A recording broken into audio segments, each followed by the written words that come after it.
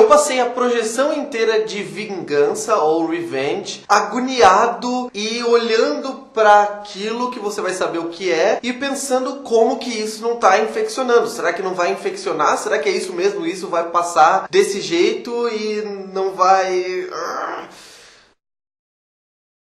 Mas é claro que por ser um filme de gênero, que é um filme de terror com bastante gore e que quer ser alegórico, quer discutir ideias e fazer de certa forma uma pregação sobre um tema muito específico e funcionar como um conto alegórico, esse tipo de lógica não faz tanto sentido. E o que eu achei mais engraçado no começo de Vingança é que por mais que o filme seja dirigido por uma diretora mulher, que é a francesa Coralie Fargo, e eu acho que é assim que fala o nome dela, o filme parecia feito para o público masculino no sentido de que a maneira com que a sua protagonista mulher, que é uma menina de Los Angeles nova, que tem o corpo sarado e que é muito sexualizada e que gosta de se cuidar, é enquadrada pela diretora, porque a diretora o tempo todo no começo do filme explora o corpo, explora a sensualidade, explora a atriz principal de certa maneira para transformá-la numa figura ultra sexualizada e de certa forma provocar o espectador masculino. E depois, ao longo do filme, a gente vai entender por que ela está fazendo isso. Porque as coisas que vão acontecer ao longo do filme, que vão transformar essa protagonista primeiro numa vítima e depois numa vingadora, como o próprio título do filme deixa claro, vão fazer os mesmos caras que ficaram tentados, que ficaram excitados no começo do filme, pensar no que está acontecendo. Então a diretora não é sutil. Esse filme aqui não é um filme sutil de forma alguma. É um roteiro explícito, é um roteiro escancarado. E para quem já tem um pouquinho mais de bagagem, quem já assistiu mais filme na vida e quem está mais acostumado a discutir questões de gênero, questões de feminismo, questões de abuso contra as mulheres, misoginia e assédio, vai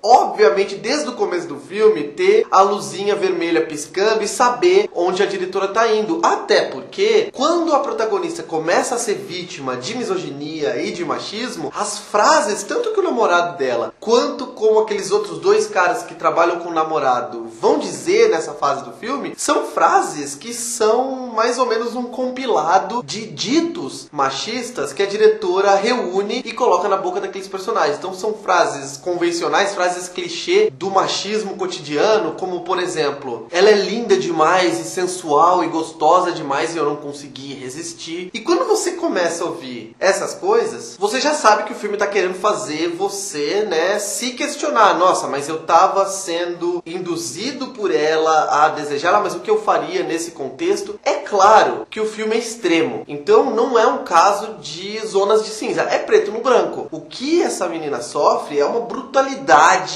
extrema, é uma brutalidade que a maioria dos homens vai olhar e vai falar: nossa, mas é claro que isso é abuso, é claro que isso está errado. Mas qual foi exatamente o momento, e eu pergunto para você, espectador homem que assistiu o filme, qual foi exatamente o momento em que esse twist aconteceu para você? Em que essa virada aconteceu? De você estar nessa postura mais inofensiva, de estar sendo manipulado pelo filme para desejar aquela mulher e para vê-la de uma maneira ultra sexualizada e dar um passo para trás e falar: gente, mas isso é abuso, o que é isso, que horror e tal. Como eu falei, é claro que vai depender do quão você está acostumado a pensar nas coisas dessa maneira mais progressista e dessa maneira mais humana. Se você não está acostumado, provavelmente vai demorar mais. Se você tá, é bem provável que no começo do filme o sinalzinho a luzinha já acenda e você não caia na manipulação da diretora. E depois, ao longo do filme, é muito nítido que a diretora vai inverter a prioridade e o filme se transforma num filme para o público-alvo feminino. Então o filme vai se transformar numa catarse, numa grande revanche para que as mulheres do lado de cada tela comemorem e vibrem com a protagonista badass e com tudo que ela vai fazer com aqueles caras que abusaram dela. E tudo isso vai culminar num terceiro ato vibrante, num terceiro ato que é intenso e numa sequência final que a diretora, inclusive, brinca de homenagear o Kubrick, mais especificamente o Iluminado, e isso não é spoiler, num confronto que não poderia ser mais sangrento, assim como outras partes do filme. Então o filme também funciona como um filme de terror gore, mas que, ao contrário do que o Eli Roth costuma fazer e outros diretores do chamado torture porn, o que ela faz aqui é inverter o papel e fazer a menina participar de um começo de torture porn e fazer a protagonista participar do começo de um torture porn e ter ter a possibilidade de reverter o jogo, que é algo que não é novo, já foi feito antes. Tem um filme dos anos 70 chamado Jennifer's Body, que foi inclusive refilmado no começo dos anos 2010, acho que 2010, 2011, que também lida com isso. Tem tantos filmes que fazem isso. O Eden Lake, que também é um filme mais recente, enfim. Mas esse aqui, o que ele se diferencia é porque ele consegue fazer essa virada, ele consegue manipular cada segmento do seu público de uma maneira muito precisa e consegue também ser muito sangrento, consegue ser bem gráfico e também ter uma dinâmica, ter uma montagem que é uma montagem ágil, que usa a música eletrônica de uma maneira muito vibrante, muito rápida, muito ágil e que se equilibra dessa forma